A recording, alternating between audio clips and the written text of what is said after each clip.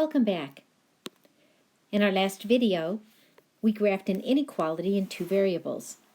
This example is very similar.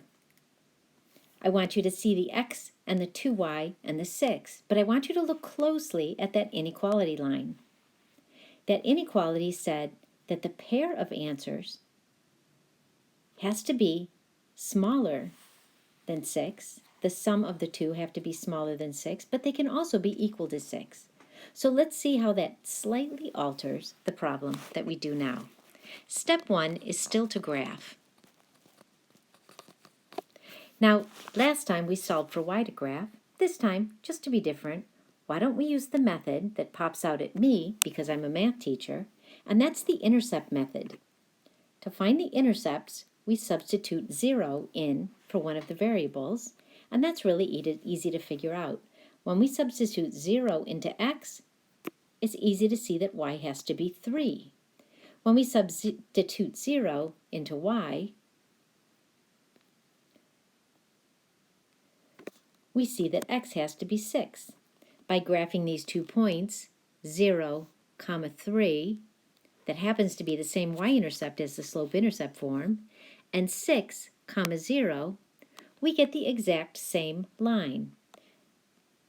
I just want you to have lots of tools in your tool chest, so if you ever wanted to graph, do know that that's a very valid way of graphing.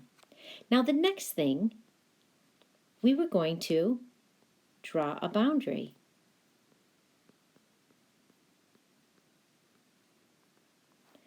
When it's less than or equal to, the boundary is a dashed line.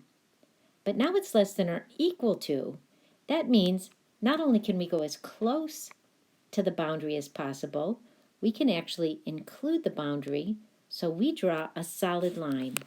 I'm going to take here on this graph and draw a solid line.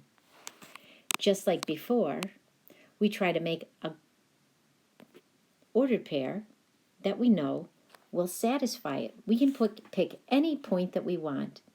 I think I'll pick the point 0, 0. When I substitute 0, 0 into the original inequality, I see that it checks out. So the point 0, 0 works. Just to make sure, I can also try one more point that I know won't work. Here's my point 100, 100. That's somewhere up here.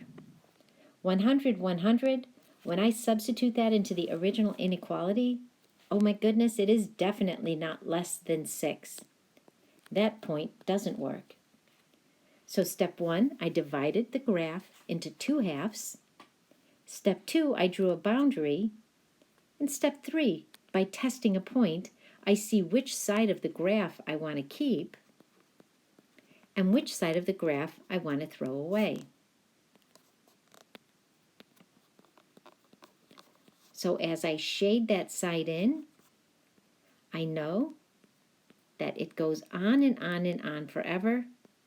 And if the question was, find all of the ordered pairs, that when you put them into the equation on the left, the sum adds up to something less than 6, all of these ordered pairs on this shaded area satisfy the original equation.